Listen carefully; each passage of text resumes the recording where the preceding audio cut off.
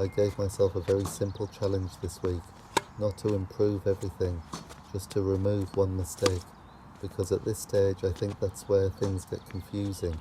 There are too many variables, too many thoughts, too many things you're trying to fix at the same time, and it becomes hard to tell what's actually making a difference.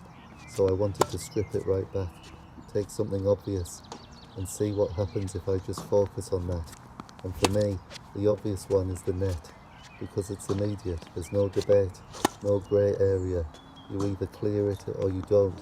So the rule was simple, just don't hit the net, and I was genuinely curious, if I could remove that one outcome, would everything else start to feel more controlled, or would it just expose something else entirely? I started with the forehand on the move, 3 minutes of constant feeds side to side, and what stood out almost immediately is how early you feel the mistake, not after the shot, before it, that moment where you're slightly late getting across, or you haven't quite set your feet, or you're still drifting as you swing, and in that split second, there's this quiet awareness, this probably isn't going over. That feeling didn't really exist when I first started. Everything felt reactive, now it feels predictive, and the forehand on the move made that very clear, because when I got into position properly, when I created space, set my base, and actually hit through the ball, it cleared the net comfortably. But when I didn't, it dropped, not sometimes, consistently. I hit the net 5 times, but what changed this week is that none of them felt random.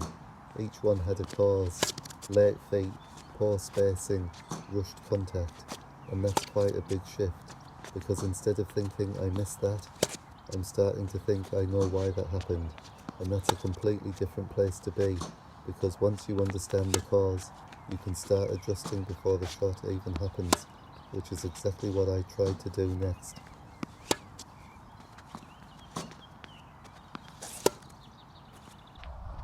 Backhand on the move, same drill, same roll, but now I was paying attention earlier, trying to catch the mistake before it showed up, and this is where things slowed down in a strange way, not physically, but mentally. I wasn't rushing into the shot as much.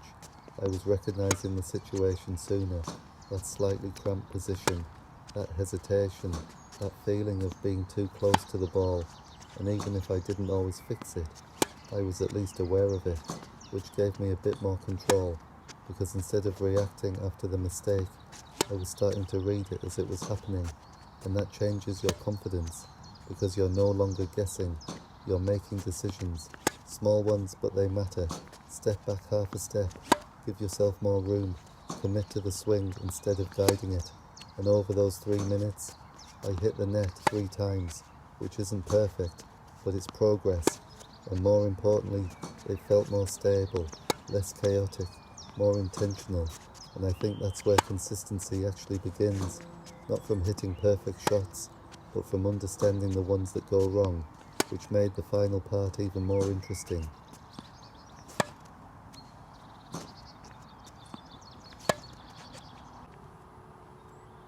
The serve, because this is where everything usually feels disconnected. No incoming ball, no movement pattern to follow, no rhythm, just repetition, and I wanted to see if the same rule would translate. 30 serves, don't hit the net, and at first glance it looked okay, 8 into the net, better than expected, but this is where the whole idea started to break, because when you look beyond that number, only 13 of those serves would actually count. The rest missed in completely different ways, long, wide, off, and that's when it clicked. The net isn't the problem here, it's just one part of a bigger system.